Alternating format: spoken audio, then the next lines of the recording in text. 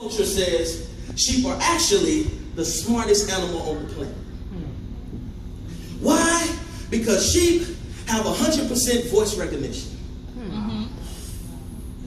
I really gotta keep going, but just because it's so good, I'm gonna keep going. Sheep have 100% voice recognition, which was crazy to understand that sheep were dumb animals, but yet we had 100% voice recognition. Yeah, I had a problem with that, but then I thought about my own life. I knew his voice and I did what I wanted to do anyways. Because I was nothing but a dumb sheep. Yeah, so they have 100% voice recognition, and so the second thing that he had to do after he passed the test of getting to know his sheep is he had to find them a suitable pasture. Out of all the places in the world, he had to know his couple hundred sheep would only rock out in this type of environment. See, because sheep are dumb. Sheep are kind of intelligently stupid. So one of the main characteristics of sheep, this was crazy, is that sheep are extremely squeamish. They're extremely defenseless. They really don't know anything except the shepherd. So sheep are scared of anything moving too fast. So when he would find pasture, he knew that the sheep would get thirsty, but he could not find pasture that had a river that ran through it too fast. Because no matter how thirsty they were, if they were scared of the river, they would not drink it.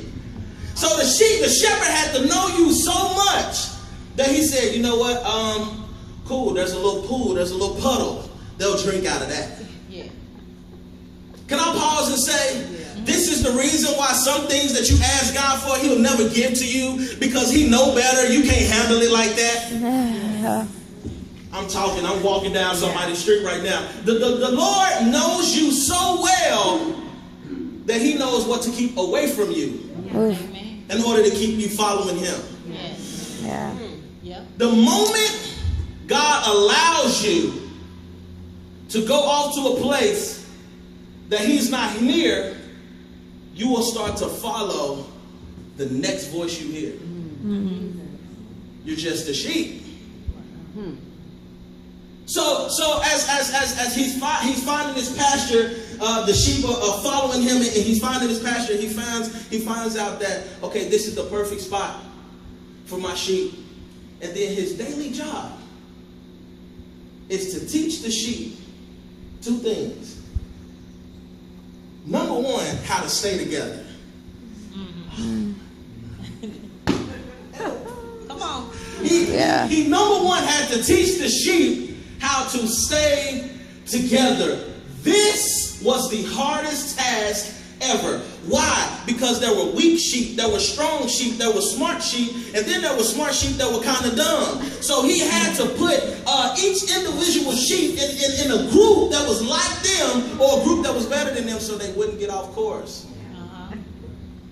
So you ask yourself, why it's so hard for the body of Christ to stick together? Because that's the single-handedly hardest thing for a shepherd to do, is to keep dumb people in one place. Yeah. And the reason why it's hard is because the sheep don't know that they're dumb. The sheep don't know that they got messed up tendencies. The sheep don't know that they got issues. The sheep don't know any of that. And so it's hard to keep a whole bunch of dumb people in one place. Because everybody thinks they better than each other. He like bad, look at me. He like bad, you know. You can't keep them in one place. All right. And so that was the first task, was to keep them together. The second task, hard task, is after they learned to stay together, they had to learn the call of danger. Man, this is too good. Like, I ain't even recording this. I'm telling you, I'm going to preach it again so I can record it. They had to learn the call of danger. This was extremely important because a sheep being a wandering animal, a sheep being a dumb animal, a sheep having the propensity to follow anything, a wolf or a lion or a bear could easily just snatch a sheep off. And so not only did the shepherd have to watch over the sheep, but he also had to watch out for danger. And he could never turn his back any kind of way because he knew danger was lurking at every corner. There's something about the whole situation of David saying he defeated a bear and he defeated a lion and he had his fights and he hugged out a wolf real bad, and because that was their food. They knew that I'm not going to hunt something that's smarter than me.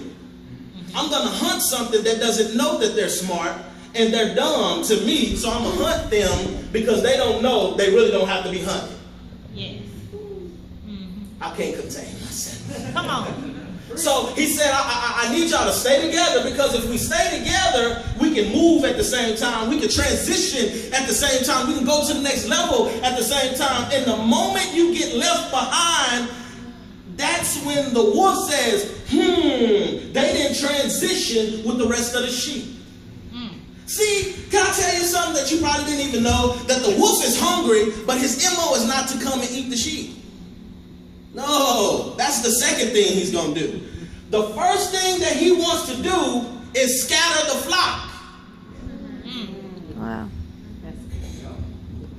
Let that marinate. Yeah. The first thing the wolf, the bear, the lion wants to do is to scatter the flock. Why? Because the moment I can get you away from your shepherd, I become the shepherd. So the wolf didn't say, yo, we about to eat this sheep. He said, after we get them away from the pack, away from the shepherd, we're going to pig out on this joker. And so what happens is, let me walk down your street. You thought that the enemy was after you to kill you. You thought the enemy was after you to hug you out. You thought the enemy was after you to break up your marriage, to tear down your finances. No, the enemy just wants to pull you away from the flock first. So if I hit your finances, it'll make you push back from God. If I jack up your relationship, it'll make you push away from God. If you don't have anything to give, or somebody says something wrong to you, then it makes you question the church you go to, and then you leave the church in search of another church, not realizing that Jesus owned every church. So even when you go to another church, you still got issues, because it ain't issues with the church, you still got an issue with God. Yeah. And so you get to a point where now the wolf is like, all I have to do is scatter them. How does he scatter the flock? He scatters the flock by presenting himself as a distraction. That the wolf never growls. The wolf never even has to pursue the sheep. All the wolf has to do is show up. Man, y'all missing me. All the wolf got to do is show up. Imagine I'm a sheep. All I know is to flock and to be with my shepherd. The moment I see something other than my flock and my shepherd, I say, what is that? So let me make it plain. Some of your distractions have got you so far away from God that your distraction is now your shepherd. Wow. Whoa. Wow. Why? Because here's the thing. A wolf could be hungry and be real temporary with his fix.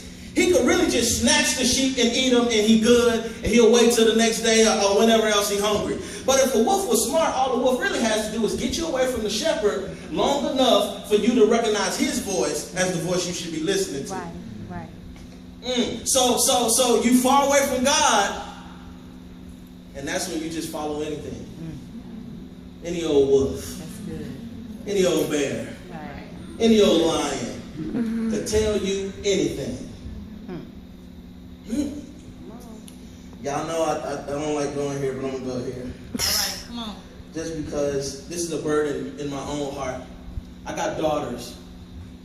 I got sisters. I got a whole lot of sisters.